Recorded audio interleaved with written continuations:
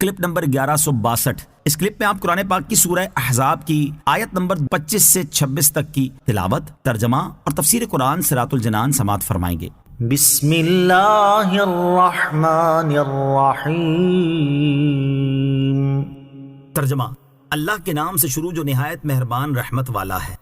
وَرَدَّ اللَّهُ الَّذِينَ كَفَرُوا بِغَيْظِهِمْ لَمْ يَنَالُوا خَيْرًا وَكَفَى اللَّهُ الْمُؤْمِنِينَ الْقِتَالَ وَكَانَ اللَّهُ قَوِيًّا عَزِيزًا۔ ترجمہ: اور اللہ نے کافروں کو ان کے دلوں کی جلن کے ساتھ واپس لوٹا دیا، انہیں کچھ بھی بھلائی نہ ملی، اور اللہ مسلمانوں کے لیے لڑائی میں کافی ہو گیا، اور اللہ قوت والا، عزت والا ہے۔ وَرَدَّ اللَّهُ الَّذِينَ كَفَرُوا بِغَيْظِهِمْ، اور اللہ نے کافروں کو ان کے دلوں کی جلن کے ساتھ واپس لوٹا دیا۔ یعنی غزوہ احزاب میں جو واقعات رونما ہوئے، ان میں سے ایک یہ ہے کہ اللہ تعالیٰ نے قریش اور غطفان وغیرہ کے لشکروں کو ان کے دلوں کی جلن اور حسرت کے ساتھ واپس لوٹا دیا، اور ان کا حال یہ ہوا کہ جن ناپاک ارادوں کے ساتھ ان لوگوں نے مدینہ منورہ پر چڑھائی کی تھی، ان میں سے کوئی بھی پورا نہ ہوا، اور وہ اپنے مقاصد میں ناکام و نامراد ہو کر واپس لوٹ گئے، اور اللہ تعالیٰ مسلمانوں کے لیے لڑائی میں کافی ہو گیا۔ چنانچہ مسلمانوں کو کافروں کے خلاف باقاعدہ لڑنا نہیں پڑا، اور دشمن نصرت الہی اور ہوا کی سختیوں سے بھاگ نکلے، اور اللہ تعالیٰ کی شان یہ ہے کہ وہ اپنے ہر ارادے کو ظاہر فرمانے پر قوت رکھنے والا اور ہر چیز پر غالب اور عزت والا ہے۔ اللہ تعالیٰ کی قدرت و شان۔ حضرت ابو ہریرہ رضی اللہ تعالیٰ عنہ سے روایت ہے، رسول اللہ صلی اللہ تعالیٰ علیہ وسلم نے ارشاد فرمایا، بخاری شریف کی حدیث، اس اللہ تعالیٰ کے سوا کوئی عبادت کا مستحق نہیں جو واحد ہے، جس کا لشکر غالب ہے، جس نے اپنے بندے کی مدد کی اور تنہا کافروں کی جماعت کو شکست دی، اس کے سوا کوئی چیز باقی نہیں ہے۔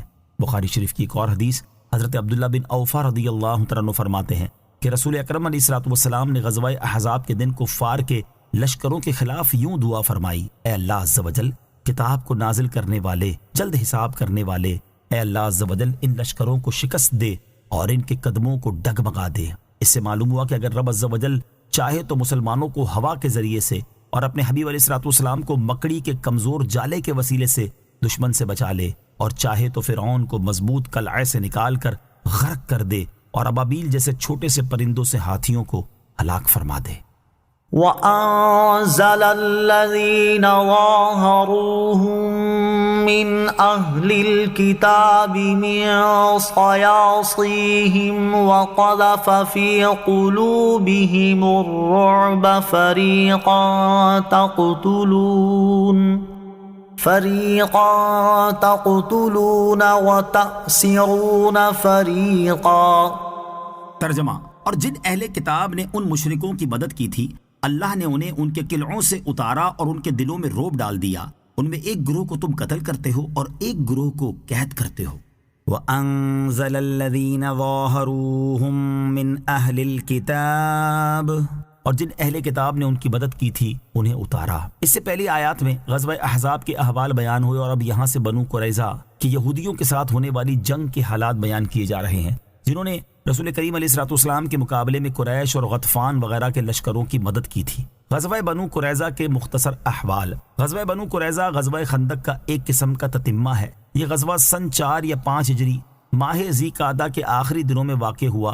یہاں اس کے کچھ احوال پر مشتمل 4 احادیث سماعت کیجیے۔ حدیث نمبر 1، بخاری شریف کی حدیث، حضرت عائشہ صدیقہ رضی اللہ تعالی عنہا فرماتی ہیں، جب رسول کریم صلی اللہ تعالی علیہ وسلم جنگ خندق سے واپس لوٹے تو آپ نے ہتھیار اتار دیے اور غسل فرما لیا۔ فوراً حضرت جبرائیل علیہ الصلوۃ والسلام بارگاہ رسالت میں حاضر ہوئے، اور ان کا سر گرد و غبار سے اٹا ہوا تھا۔ انہوں نے عرض کی، آپ نے ہتھیار اتار دیے؟ حالانکہ میں نے ابھی تک نہیں اتارے۔ رسول پاک علیہ الصلوۃ والسلام نے ارشاد فرمایا، اب کدھر کا ارادہ ہے؟ حضرت جبرائیل نے عرض کی، ادھر کا، اور بنو قریظہ کی طرف اشارہ کیا۔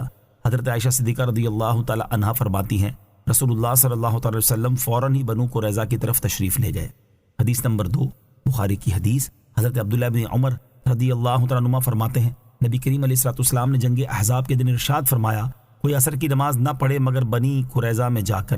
چنانچہ بعض حضرات کو راستے میں عصر کا وقت ہو گیا، مگر وہ کہنے لگے کہ ہم منزل مقصود پر پہنچ کر ہی نماز پڑھیں گے، اور بعض حضرات نے راستے میں ہی نماز پڑھ لی اور فرمایا کہ ہمیں نماز پڑھنے سے تو منع نہیں فرمایا گیا۔